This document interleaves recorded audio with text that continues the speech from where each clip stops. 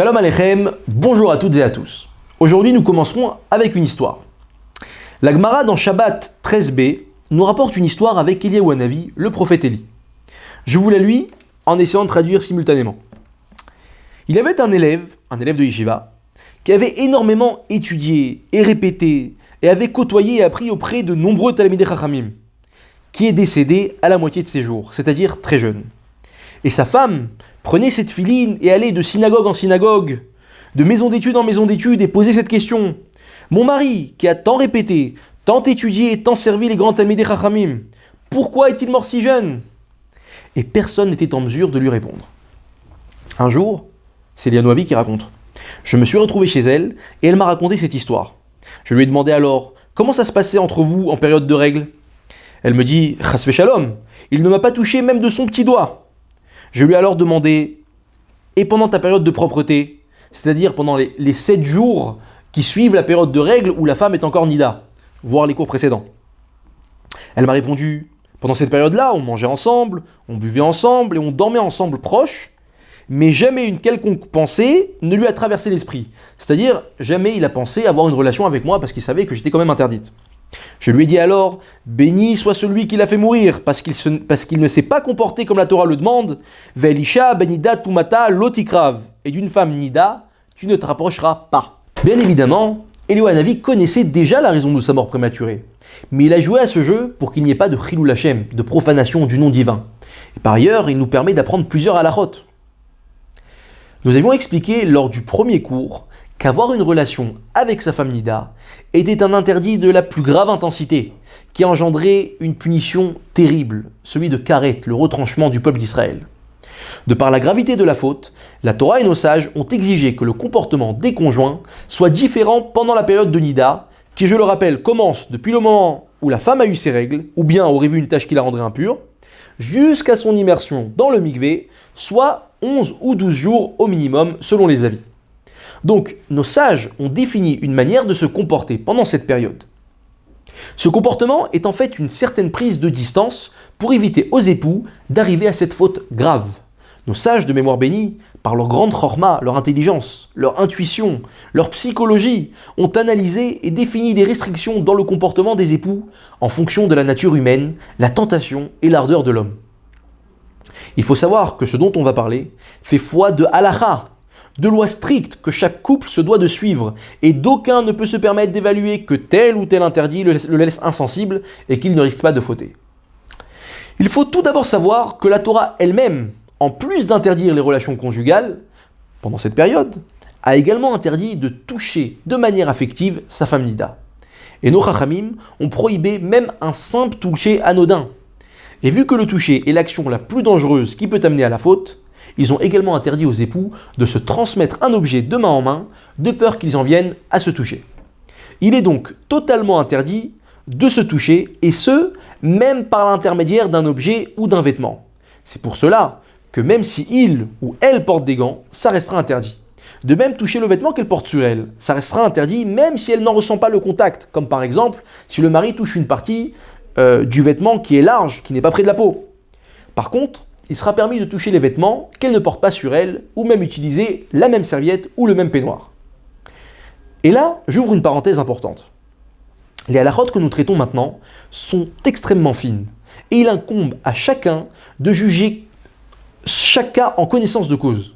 Si l'un des conjoints, en général l'homme bien évidemment, constate que certaines choses que les chachamim n'ont pas interdites l'excitent malgré tout, comme par exemple le cas qu'on vient d'énoncer, enfiler le même peignoir que sa femme, à lui de se mettre des limites afin qu'il n'en vienne pas à la faute chas v'shalom. Il y a certaines situations où les époux se rapprochent physiquement l'un de l'autre, comme par exemple s'ils se mettent à lire un livre ensemble, ou bien s'ils se tiennent sous un même parapluie, ou encore s'ils sont assis ensemble sur la banquette arrière d'une voiture. Tout cela est permis dans la mesure où ils ne se touchent pas. Mais si c'est impossible, s'ils lisent par exemple un livre de poche, où le rapprochement est très étroit, ou si le parapluie il ressemble plus à l'ombrelle de Mary Poppins, ou alors que la banquette arrière est très étroite comme d'une petite Twingo, et le mari et la femme sont bien portants, Baruch Hashem, ou vous savez quoi, pas une Twingo, à l'arrière d'une Porsche, c'est très étroit, eh bien c'est un problème. Maintenant, comme on l'a dit, il est interdit de se transmettre un objet de main en main, et ce, même si l'objet est assez long et qu'a priori, il n'y a pas à craindre qu'il en vienne à la toucher. Quand bien même, c'est interdit. Il faudra pour cela trouver une autre alternative, en le posant par exemple quelque part, pour que le conjoint puisse le prendre, ou alors le transmettre par l'intermédiaire d'une tierce personne.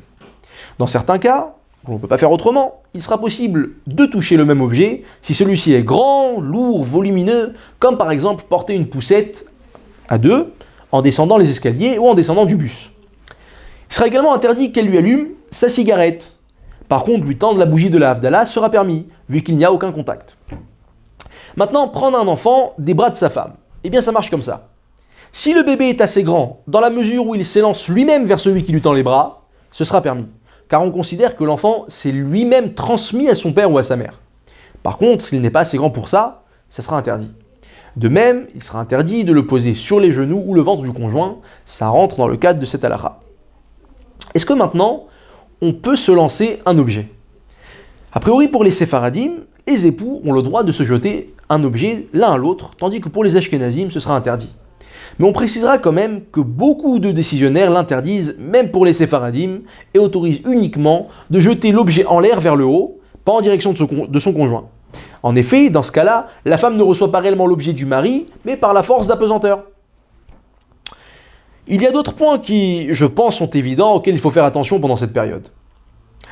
Il faut faire attention à ce qu'on dit à sa femme.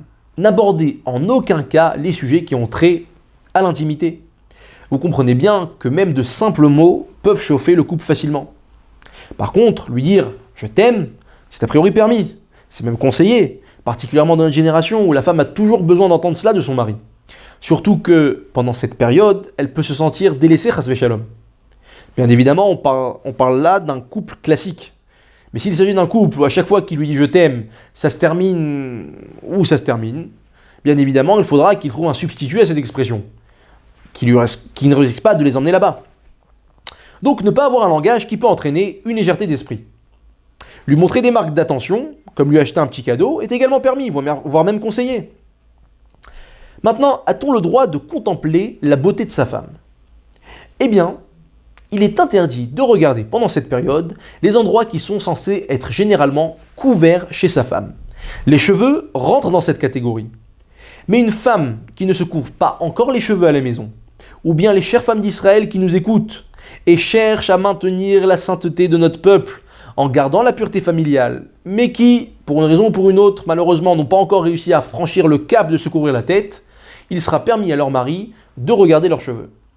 Par contre, contempler la beauté de sa femme en regardant les parties qui sont généralement découvertes, comme le visage, les avant-bras, etc., eh bien ça sera permis, même si ça lui procure un plaisir. Par contre, si ça peut l'exciter, il faudra éviter de trop la regarder. Et là, je m'adresse à vous, mesdames. Ben, qu'il n'est pas d'halakha qui interdit de vous déshabiller dans votre chambre en présence de votre mari, évitez-le. Ou demandez-lui de sortir ou de tourner la tête au moins. On a hélas entendu plusieurs fois des cas de maris qui ont craqué à cause de cette situation et sont arrivés à transgresser cette faute extrêmement grave. En plus de ça, pensez à lui, ça lui fait souffrir de vous voir comme ça. Maintenant, la voix de la femme. Écoutez sa femme chanter, ça sera permis. Ainsi tranche notre maître Rav Ovadia Yosef. Bien qu'en général, la voix d'une femme qui n'est pas la sienne est considérée comme une nudité. Certains ashkénazim par contre se montrent plus stricts à ce sujet, sauf si la voix de la femme est mêlée à d'autres voix, comme par exemple celle des enfants à la table de Shabbat. Dans ce cas-là, ça sera permis même pour les ashkénazim. Maintenant, les chachamim ont permis à la femme de se maquiller pendant cette période pour la seule raison qu'elle puisse toujours trouver grâce aux yeux de son mari. Vous voyez de là à quel point il est important pour une femme d'être toujours coquette devant son mari à la maison et de ne pas réserver sa belle garde-robe et son maquillage pour les sorties. Le mari, lui, devra faire attention à ne pas sentir le parfum qu'elle porte sur elle. Par contre, sentir son parfum directement du flacon, ça sera a priori permis. Voilà pour aujourd'hui. La prochaine fois, Bezrat Hashem, nous continuerons à développer le comportement des époux pendant cette période. À très bientôt.